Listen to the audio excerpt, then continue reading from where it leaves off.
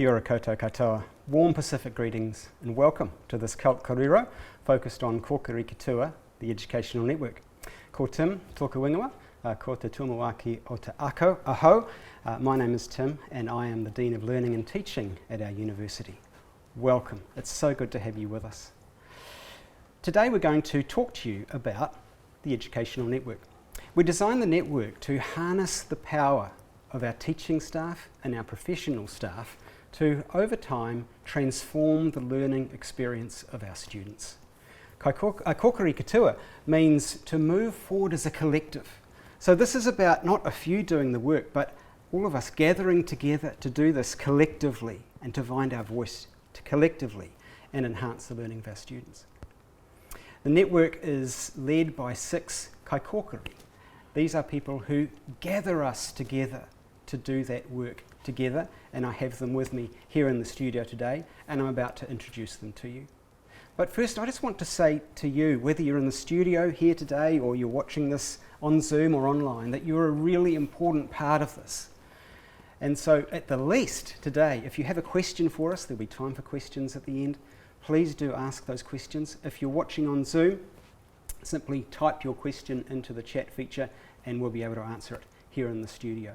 You're a really important part. Thank you for giving us your time today for a really interesting discussion. One of the highlights for me over the last few months has been to have these lovely, energising, inspiring conversations with magnificent people sitting here with me, these 6 kaikokeri.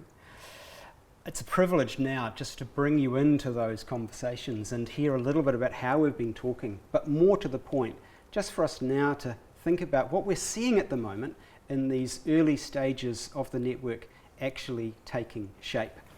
We have 6 kaikokeri. Unfortunately, 2 of them are unwell today, so we can't have with us Nicola Beatson from the Division of Commerce, nor Sheena Townsend from the Division of Sciences.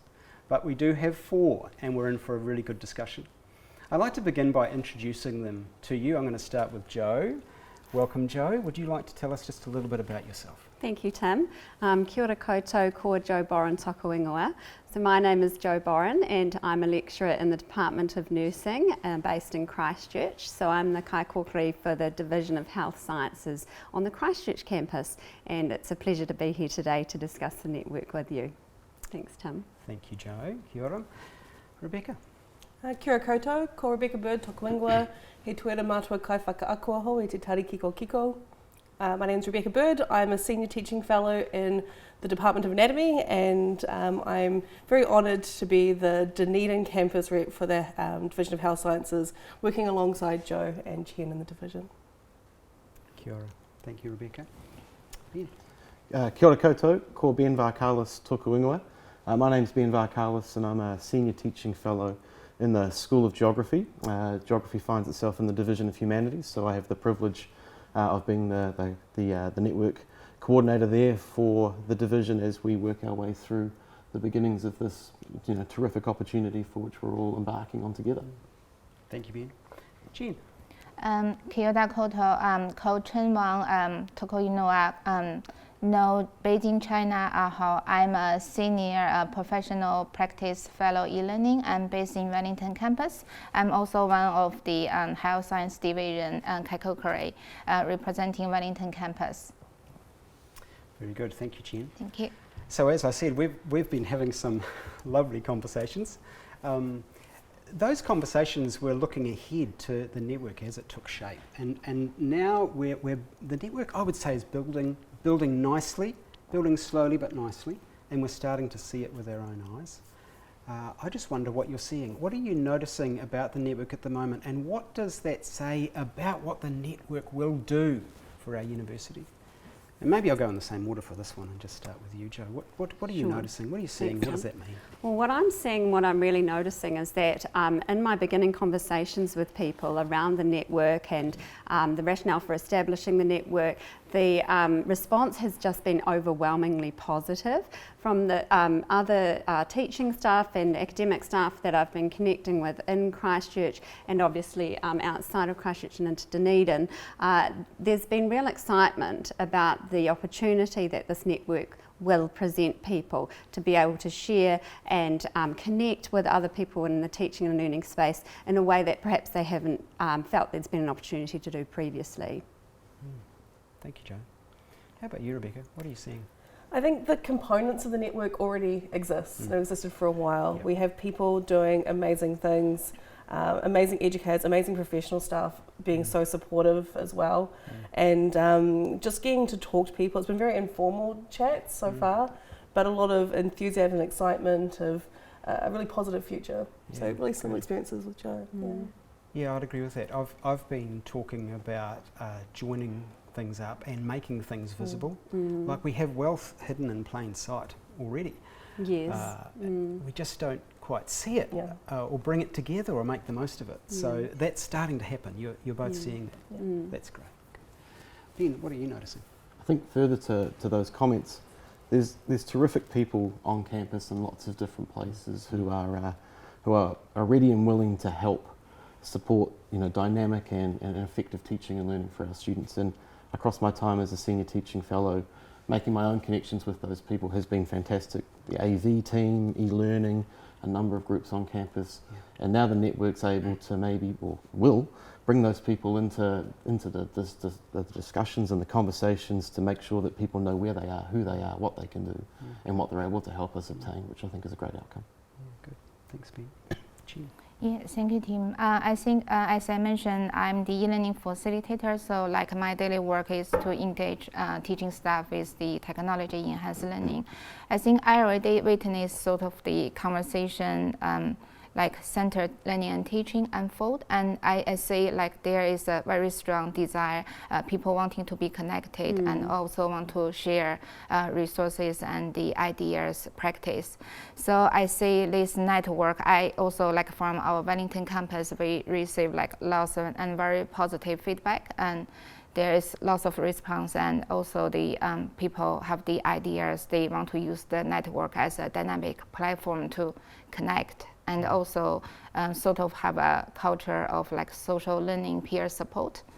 Yeah, good. That's great. Thank you for sort of illuminating what you're noticing at the moment.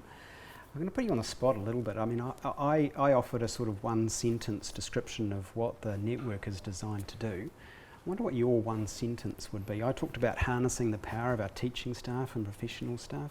And based on what you are observing at the moment, how would you characterise that quickly? I guess for me it would be thinking about the network as, like we've talked about previously, together, developing a community of practice for learning and teaching for the benefit ultimately of our student body, to enhance teaching effectiveness, to enhance their experience at our university. That's good, Jo. So you use the idea of a community of practice. That really does fit for what this is. We could think of it as a large community practice, but we could also think of it as distinct communities of practice joining up. Yes, exactly. And working together. And as Rebecca was saying previously, these communities, there are communities already in place within the university with a great focus on learning and teaching. So we're looking at providing a forum where people can connect together. So to share information, as Chen was saying, to help and support each other, to be innovative about our teaching and learning practice, and just to be able to connect. Thank you, Joan. How would you say it in a sentence or two? Shining a light on the amazing work that's already happening, because there is so much, and shining light on the ability to connect and collaborate as well.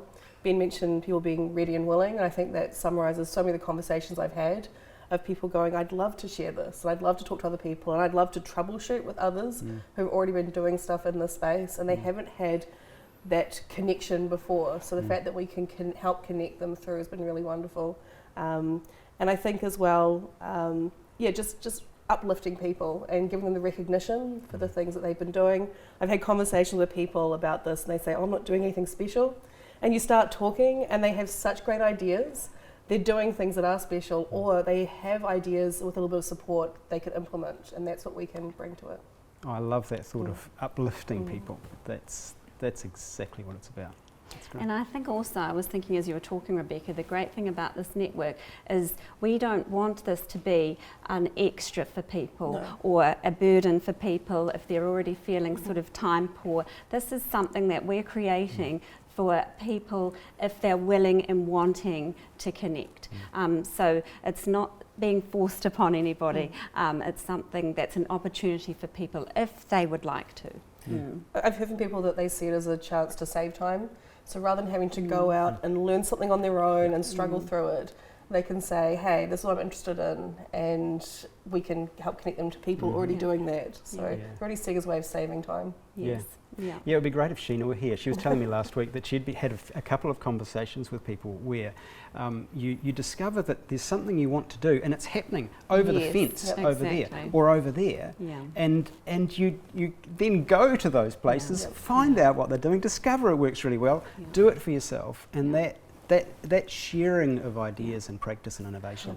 And even also just being innovative with the ideas. This was something that I was thinking about, like you were saying, Tim, I'm not sure how to implement it, or potentially, I've never thought about that, but actually that would work really well in my classroom or with my group of students, and how can I make that happen in my space? And so we want to help support that. I think we've already seen that amongst the six of us as Kai Kōkiri, you know, just us chatting, and we talk about different things, and already I think we've got some great relationships building there and new ideas that are being formed just from us talking, and before we even bring other people in, and that's been really wonderful. We do have a great team. I mean, let me say this, I'm just so pleased with the Kai Kōkiri and the quality of leadership we have. Super pleased, and I hope you're getting the sense of that as we're talking. Ben, I wonder for you how you'd sort of crystallise this in a few words. I think similar. There's nuggets of gold sort of scattered across the campus, and maybe it's more than being scattered, they're actually well dispersed across campus, and there's an opportunity here for greater utilisation of some of those things that people have put time, effort and energy into. And it comes back to this notion that it's tricky sometimes as a singular teacher to find time and to be a little isolated and trying to make change and understand whether that change or that point of difference is working for you. But when you open that up and you see what others are doing, and some have tested the water and tried before you and have some feedback and some ideas, it ultimately is so much more straightforward. If you have this common place to connect with, and then find those people who are your people, and then work together to ultimately make that student experience just that wee bit better as we try and incrementally do this together and get really good outcomes for our students. Yeah, nice, Ben. Thank you. How about you, Chen? I probably have a long sentence. I have 3 pairs of C's, so I used to introduce the network to others. So I think firstly, conversation and connection. I think that's really lies in the heart of the network. Conversation of teaching, learning and teaching, and also as our Kai Kōkiri as the facilitators to make the conversation happen, or like more visible to reach a wider audience. And secondly, that's collaboration and confidence. So I think that's network can serve as a platform so people can easily find likely-minded peers. And also I see network as could be a safe place for people sharing experience and sort of build up a sense of confidence in our community. And finally, that's community and culture. So I really say that network can join people together, bring us together for community of learning and practice, and ultimately to foster a culture, inclusive culture towards the learner's success. Yeah. Great, Jen. I love those 3 C's. That's Oh, the first thank time you. I've heard those. Well done. That's great. That's a nice way of putting it. Thank you all for building a kind of collective vision of what we're about. I'm going to begin with you on this question, Rebecca. What motivated you to be a Kai Kōkiri? Why are you here? That's a really good question. I've been at the university for 13 years now, and the thing I love doing most is getting to learn what other people are doing and hearing them share ideas and talk. And I love as well getting to tell other people what someone I've met is doing and going, oh, Ben, you'll never guess what Joe's doing, this is so cool. So I love doing that, and I've always thought it's a bit crazy. I go to like a teaching conference and I will meet someone there who's from Otago and they will tell me what they're doing, and we're in Auckland or we're in Sydney, you know, and it's just, it happens here. So the idea of being able to be part of sharing that and lifting people up here, I think was just, it was too big of a thing to pass up. I had to throw my hat in the ring for it, and it's one of those things. I think we're all time poor, but it's one of those things that it fills your cup when you're taking part of it. So I knew it was going to. I think I'm getting more out of this already than the people I'm working with. I feel uplifted by it as well. Man, what a great answer. Thanks, Rebecca. How about you, Ben? What motivated you? I think across the time of being a teaching fellow to senior teaching fellow, I'd engaged with some magnificent people on our staff from, you know, all corners of the campus, from all facets of the campus, and felt like I had something to offer in helping others find those terrific people, from, you know, academic units to student support units to administration. It all ties together into that student experience, which ultimately, you know, is around that teaching and learning, but we all have such a big part to play. And so having fostered some great relationships for my particular group of students, I'm really keen and excited to spread that to others who might have been me 10 years ago wondering, how do I solve this problem and where do I go? And if I can help, you know, assist in that space, then that's pretty cool. Yeah, that's great. So it's about expanding your influence in a way and bringing the same kind of work that you've been doing in your own location more broadly. Yeah, and I think that's an opportunity for all 6 of us in terms of our past experiences will really help those that are coming behind and catching up and being, you know, terrific, you know, teaching ambassadors across the campus. Yeah, great. What a great word, teaching ambassadors. Yeah, That is thanks. a great word. Jen. I think when I first saw the email, my inspiration to become a part of the network, to become a Kōrero, as I mentioned, like my daily work is to support teaching staff. I really enjoy the conversations and also the engagements, and also sort of like my privilege to already see the conversation happens, and I already say I'm sort of doing the role, like foster the conversation. And also probably the other part for the network, I say this network is very inclusive, open to all staff, and also the scope like go beyond across all the divisions. I think that's very exciting. I'm just really looking forward to the new ideas and sharing resources like across the divisions coming from these multiple disciplinaries. Yeah. Good one, Jen. That's a great motivation. Thank you. How about you, Joe? Why are you here? Why am I? Well, I'm very pleased to be here, excited to be here, and feel very fortunate to be here actually. So my motivation when I saw the expression of interest come up, I was really excited because this is an area that I'm very passionate about in terms of working in education, learning and teaching. My research is education focused, and here's something where I can engage in an applied way, like Chen was saying, in a sort of multidisciplinary way, not just within my own department, but within the wider university. So I'm based in Christchurch, obviously, as I said earlier, in the Department of Nursing, and I saw this network as a great way of bringing lots of different departments within our city, Christchurch, and being a conduit between them and the university based here in Dunedin. So I was very excited to be part of the network and the development of that. Yeah. Good. Well, thank you all for some... Can I add something? Yeah, you sure can. Go ahead. So getting to work with these 3 who I hadn't had a chance to get to know very well before, but I've known Nicola and Sheena for a while and worked with them on things. And the thing I've learned is that all of us were doing something like this on a very small, informal scale already in our department or school, you know, and very, very informally. So I think for all of us, it's something we were passionate about anyway, and it came at the right time, I think, for everyone, and just sort of formalises something that we've loved doing anyway. Yeah, that we love doing anyway, isn't it? Yeah. And like you say, the opportunity to meet lots of people, even just since we've begun this year, the opportunities that we've had, and now being able to share that to the wider network, I think. Yeah, I'm really looking forward to doing that. That's great. Thank you for telling us a bit about yourselves.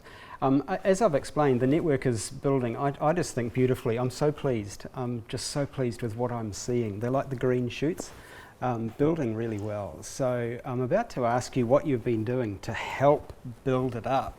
But let me just explain to those in the studio, those online, that there's an element that will be appearing soon. It's a digital platform.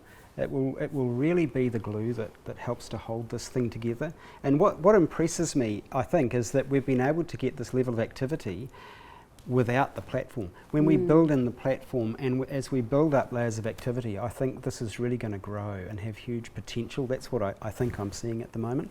And I just want to pay a particular acknowledgement. He's not up on the stage with us, but Russell Butson has been crucial in designing the network, and he is working so hard with ITS and other staff who are themselves working so hard to bring us a digital platform. So this is a shout out to you, Russell, for the work that you're doing in helping to design the network and that platform. Thank you very much. But let's think about what you've been up to and how you've been building activity. I'm going to start with you, Chen. What have you been doing up there in Wellington to try and get the network up and running in practice? First I want to say, so currently 3 of us, the Health Science Division, categories work as a very cohesive team. So we meet fortnightly, and we already organize the divisional discussion about the role of generative AI in teaching practice and research. And also we're planning a series of the showcases and also the workshop to bring more people together. I think that's also foster a culture of social learning, we learn from each other and sort of approach ground up, and also align with the personal understanding and also the meaning making. I think that's will enhance the outcome more effective and also substantial. And the other thing, probably especially particularly for our Wellington campus, we recently experienced a few building changes, including our working and also the teaching space. But this year, for majority of us, we can transition back to a shared space. We really cherish this moment. I think also for the network, we can use this opportunity to reassemble our community and bring people, just enhance the connection.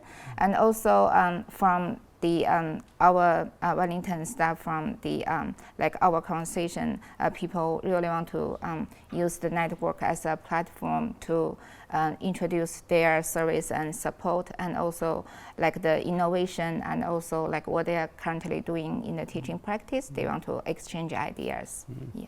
Good. So you've been helping all of that happen. Thank you, Chen. That's great. How about you, Jo? Great, thanks Tim. So in Christchurch, I've been connecting with people who currently sit in the education advisor roles, meeting them, having some introductory conversations around how we can support each other, what's currently happening in that space, what could be more widely distributed for the network to be involved with as well. Also some key support people, as Ben was talking about earlier, but on the Christchurch campus, such as Rebecca Phibbs in the library, who is very keen to be part of this network as well.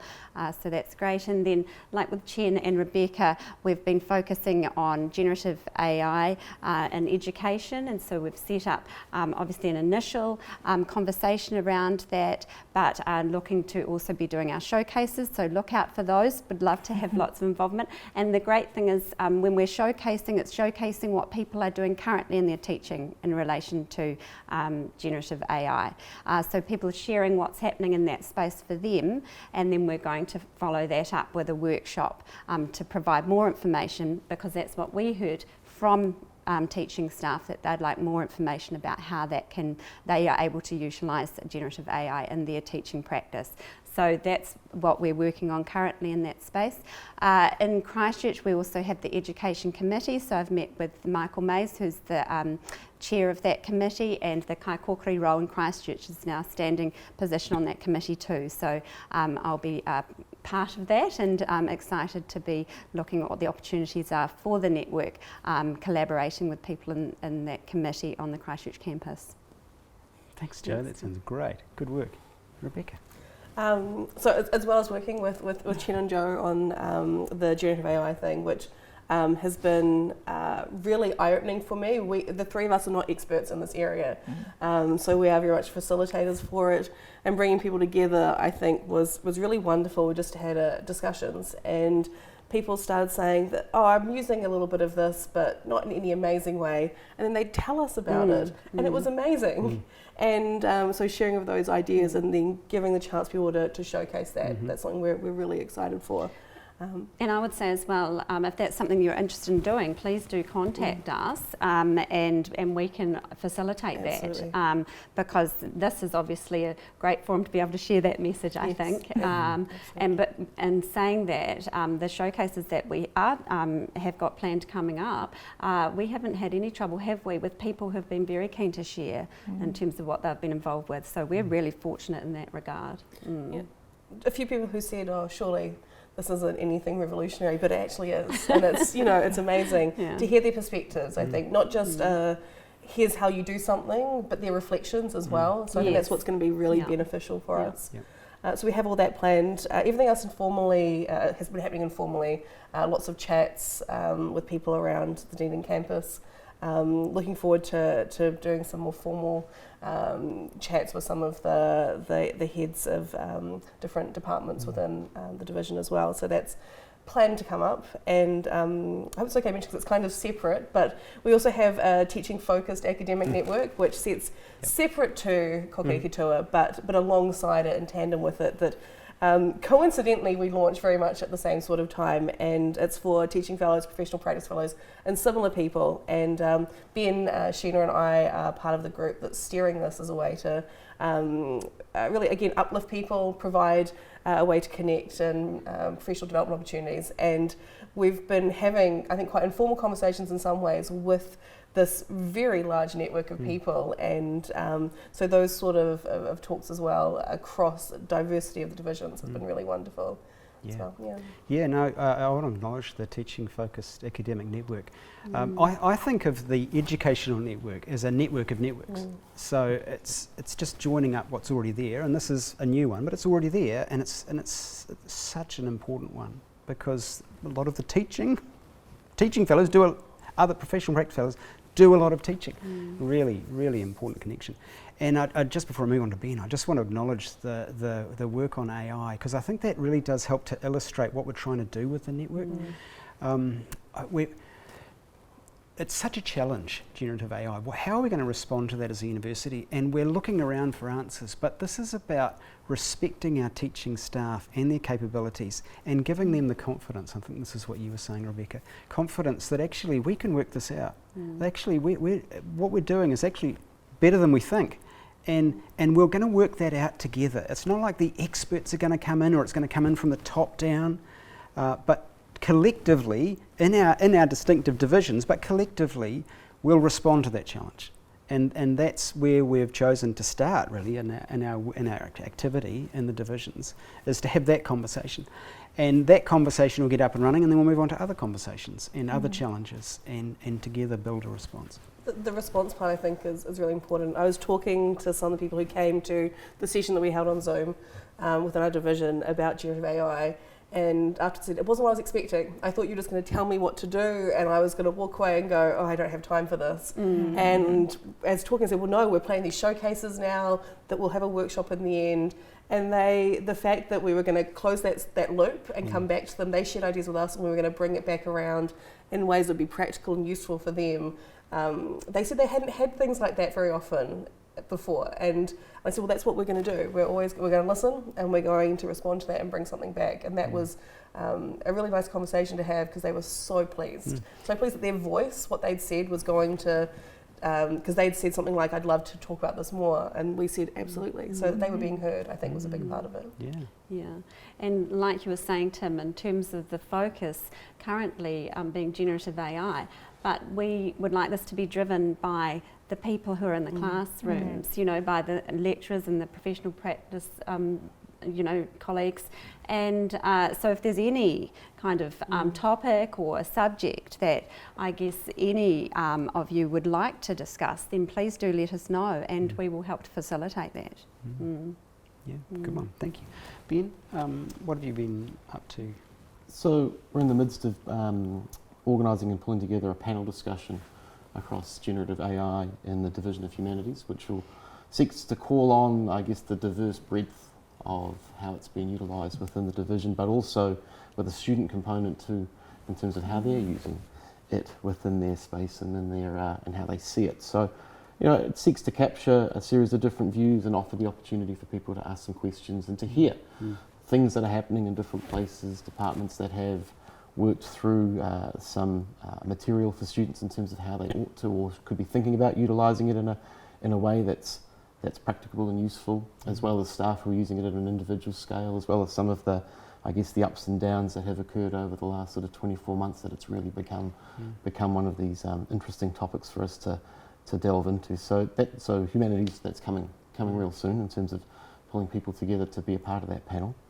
I think the really interesting element was early on in the network, Ryan Walker out of AV sort of saw about this and connected with me, Ryan being the AV lead, and had a wonderful sort of exchange and conversation with Ryan as an example of one of these groups that sits on campus that's ready and waiting in terms of how he and his team could add value, and he's got great goals in how our teaching spaces, the physical spaces are set up, how they're consistently organised, how staff can interact with them in a great way so that those students who are in the room and even online can make sure they get a good experience across those moments that we're teaching and we're learning.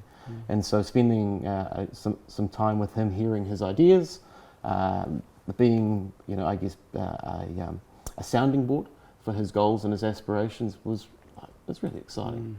You know, it's a great example of a team of people on campus who are doing great things, and we're able to connect with them and help them connect with others on campus, and that's going to be a really interesting project component of this, and he's got ideas around helping staff understand the basics through to making the most of the room, through to ensuring that you feel comfortable when you arrive to the room, whether you be new, whether you be experienced, or whether you come from another place where maybe the what you see in the room is different. I think he's got some great thoughts, and it was a really nice occasion just to go and see him, speak with him for some time, and really get to the bottom of his plans and see immediately that the connection with the network is just beautiful. It's organic, and it'll be something that we can really work together on as he further develops his plans and we further develop our way of making sure those plans get across the campus. Yeah, good.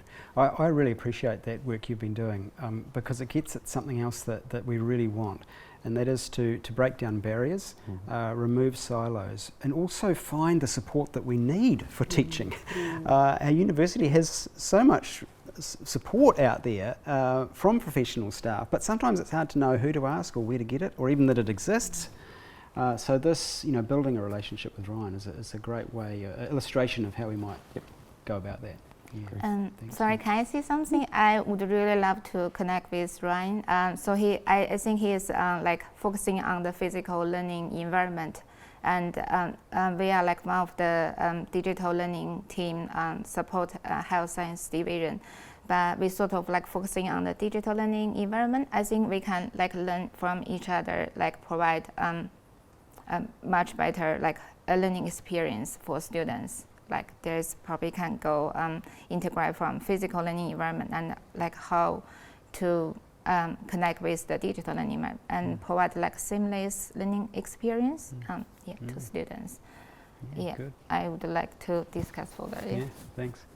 I think the other element that comes to mind as well is there's problems and some conundrums out there as well that different groups around the teaching spaces and how we interact together are battling with and thinking through, and the more people that can be brought in, I guess, to listen to ideas and to see where the goals and solutions are heading in a good direction, gives those people who are doing some great work some real confidence that their work is going to and will really, I guess, solve some of these conundrums that these individual groups are faced with. And if they are solved and we find better ways of doing things and we can assist in that way of being a sounding board and just thinking of our own experience overlaid onto maybe what they're thinking about is what is to come, then you can also see them walk away and go, right, we're on the right track here.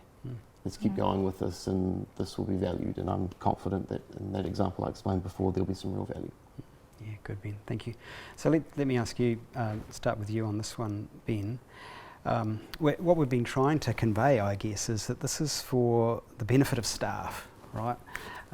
Joe, you said it, it's not just one more thing to do, that's not what it's about. But how can staff make the most of this? Like, here's an opportunity. What does it mean, do you think, Ben, for our teaching and professional staff to be, a part of the network?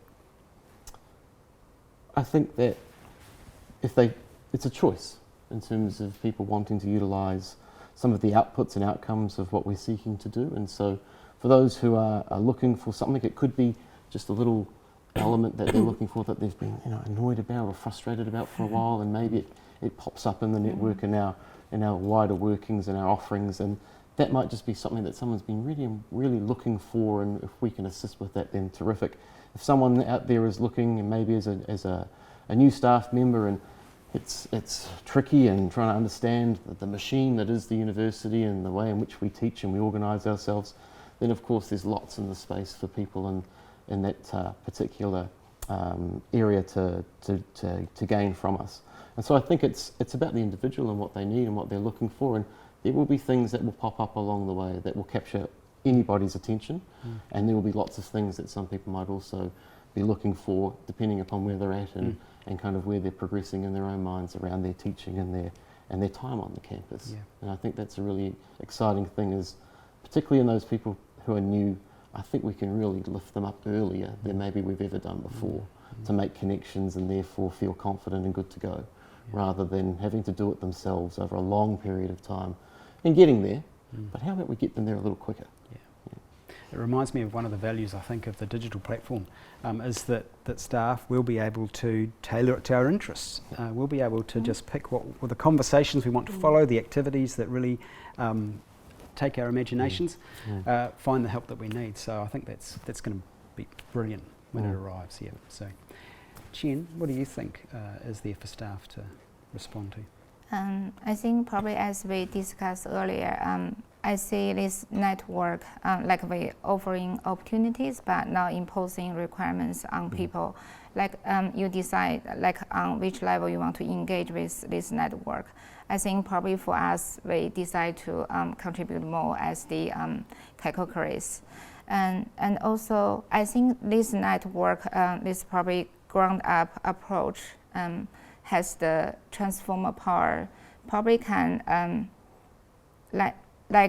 teaching staff feel they can make the learning their own, like we can tailor. So let's say the experience or the showcase we learn from this network, from this platform, and tailor that to meet like our specific needs and also the context.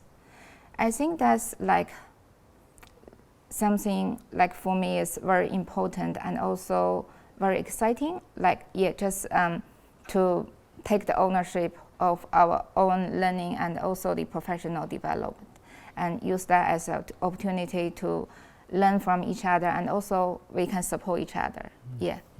Good. Thank you, Jen. I appreciate that. Joe, what would you say? I would say I really agree in terms of what Ben and Chen have been talking about in relation to staff can connect in as much or as little as they'd like to in terms of what they would like to get out of the network, or if they're even unsure of what they could get out of the network, just to make the initial connection with us so that we can help share what the network is about and continue as we're building it to be able to share that with you. I think for me, and I'm sure everybody else in their teaching roles at the University of Otago, one of the key things that we're really mindful of is thinking about equity of experience for our learners in the classroom. And so this network helps to provide support to engage with key people at the university. We've got Marama here as well, who's part of the network, and it's been really great meeting with you, Marama, as part of this, in terms of thinking about also our obligations under Te Tiriti o Waitangi and equity for our Māori students in the classroom, and how we as a network are ensuring that we're meeting those obligations as well. So I think if staff are wondering, have got questions around that too, they can connect with us and we can help be conduits with people within the university who are supporting that for our teaching. Yeah, thank you, Joe. Thank you for acknowledging that. That's great. Rebecca? I think that connecting part is really, for me, the heart of it all. So if people want to know something, want to know if someone else is doing something that they want to learn about, they can get in touch. And if I don't know, I can talk to Chen and Joe and say, do you know anyone else in our division? If they don't know, I could say, hey Ben, is someone doing this there? So it's a way of using us as a conduit through things. But I also think as well that doesn't have to be quite as formal as that. I think I can speak for all of us when I say that get in touch and have a chat with us. I had lunch with some colleagues from Health Sciences and Sciences, and we just chatted and came up with some cool ideas and realised that people were doing things that we wanted to do, and that was just, you know, a nice casual thing. Everyone has to have lunch, so, you know, actually having a break and talking. And another colleague said to me, I like having teaching friends. They're quite isolated where they are, not a lot of people around them doing something similar, and just the fact that we could catch up for a coffee and a chat and both be passionate about this sort of thing, I think it was really positive, both of us, and I think we'd all welcome that from anyone. So I think just encourage people to get in touch with us. Yes, definitely, and I'm really hearing what you're saying in relation to creating that supportive culture within the network, and thinking specifically around, we've had a new lecturing staff in our department start, and what Ben was saying in relation to people who perhaps have had less experience with teaching, how can they lean into this network, how can we help support them in that space, and, you know, sharing stories. We all remember what it was like when we first started lecturing and what potentially our first lecture was like. I got stuck in the back of my denim jacket, couldn't get it off, jumping around the lecture theatre with the microphone on. So we've all got sort of stories like that we can share, make us more human, you know, more relatable, more able to support each other in our teaching, and so that we all enjoy our jobs more, you know, and get a lot out of it. And in saying that, and not just around new teaching staff either, we would like to encourage people who have been, you know, teaching for many, many years as well to come and share their expertise with us, to come and be part of this network. I think it's important. Everyone has expertise, you know, no matter where you are in the hierarchy and experience, everyone has experience and expertise and things they've learned, and that is worth sharing. We want to hear your stories. We want to hear from you. We want to hear what you love doing, what you want to celebrate, and also what the challenges are. Because if we hear the same challenges, then maybe we can do something about that. Yeah, that's great. Thank you. And look, I just want to acknowledge too some other support that we haven't mentioned yet, and that's from HEDC. Yes. So we have dedicated support staff from HEDC who are able to bring us into the world of higher education research and provide quality assurance and just good ideas and sound ideas and best practice. So shout out to them for the work they're doing. They're doing great work for the network, and we're all grateful for that. What a great discussion. I want to widen our kōrero to bring in some questions. Might be questions from the audience in the studio or online. If you're online, use the chat function, and let's see what thoughts are out there. That was a really, I think, illuminating glimpse into the network as it is right now. In the studio, online, any questions for us? Kia ora, Sarah Stein from Distance Learning. I'd like you to paint a picture for me. It's 2030. What's the university teaching and learning environment like now due to the work that the Kokiri has done? Could you ask a bigger question, Sarah? Like, who wants to take that one first? I'll go. Good. I would like, my dream is that everyone loves coming to work and loves everything that they're doing and sees challenges as an opportunity to learn rather than what we sometimes feel, which is just barriers in place that you feel a little bit isolated. I'd love that. We're going to have much more diversity in our students in 2030, and I'm so excited for that, and so being responsive to that over the next 5 or 6 years so that we can create an environment that welcomes so many diverse students and staff That's my dream. I think also to build on that as well, diversity in terms of teaching modality. So Sarah, I know obviously with your vast experience in distance learning and teaching around breaking down the barriers of, I guess, extending our teaching so it's not sort of limited necessarily to being within the four walls of the classroom. I think I see more scope for that as we head into the future and thinking about how we as a network can help facilitate that. Yeah. I think so, just by having this generative AI conversation we've had over the past month or so, people have gone from going, this is scary and I don't want to know anything about it because I don't see any relevance, to going, there could be something really cool here. And I think people are taking that on with technology, because who knows what technology is going to be in 2030, and being able to be prepared for that, I think, is very exciting. Yeah, great. We are in for big changes in technology, and Sarah, at the least, will be really making the most of those opportunities to really enhance the learning experience of our students. And there's more to say, isn't there, Ben? I think so. I think thinking about that time frame, not only what the campus necessarily looks like in terms of the teaching space, but the learner changing across that time. And there's been rapid change in our learners in, you know, sort of through pandemic and post-pandemic type situations, and that's going to continue to evolve. And maybe instead of being behind the change, we want to be in front of the change and really understand these learners better than we do at the moment, what they're looking for, what we can offer that makes them, you know, excited and motivated to be a part of that learning space that could be created in partnership with them rather than for them. And just making sure that by the time we get to 2030, we've gone from behind and being reactive to being really proactive in the way in which we engage with our students. Yeah, and can I be bold and add that I think we can move to be a leader in lots of these fields. Steering the waka rather than being the tide drivers. Absolutely, that was a good thought. Thank you, Ben. Jen. Yeah, I think that's a big question. And thinking about 2030 is probably only 6 years away, but personally, I probably want to say in 6 years there will be like a strong network, and we like feel every day we come to work and feel like very connected and supported. And I would love to have more like teaching friends, and also probably imagine of the teaching. I think I really want to say probably also this network. For probably the next step, we can hear more from students. And this is not just the network among teachers, but also the educators and the learners. Yeah, and more conversations. Yeah, no, that's exactly right, Jen. Thank you. I mean, in the end, all that we're talking about is for the students of 2030. Yes, that's right.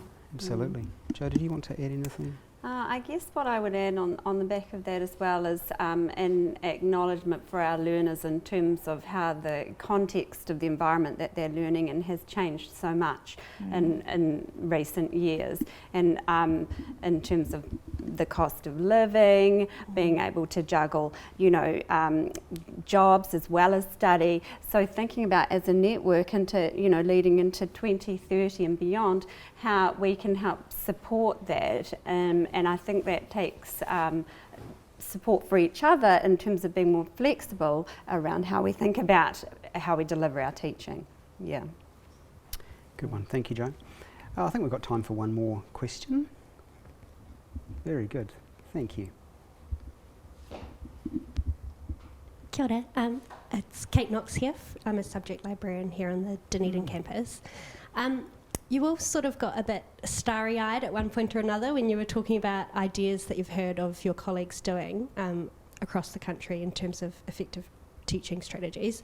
And I just wondered if you could share a couple of examples so that we can have a bit of a taste of the types of things you discuss in this network. Good. Thank you. A couple of examples. Sure, so I'll just give an example.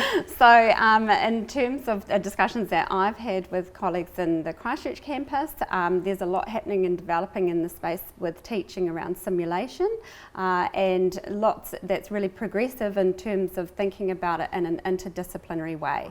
So bringing together students from lots of the different departments, working medicine, nursing, physio, seeing how we can all come together. There's something being developed currently, which is really exciting, looking at an on-call ward simulation project that's taking teaching staff, educators and students actually from different disciplines and bringing them together. So that's just in the development stages at the moment, but we've been having conversations around what that's going to look like and how that's going to evolve. So that's really exciting in that space. And I think in relation to some of the conversations that we've been having around the generative AI, some of the, and I'm not an expert in this area at all, but some of the things that the teaching staff are talking about that they're using it for, in terms of one of the conversations I had with someone was around students actually engaging in AI, and this particular person said,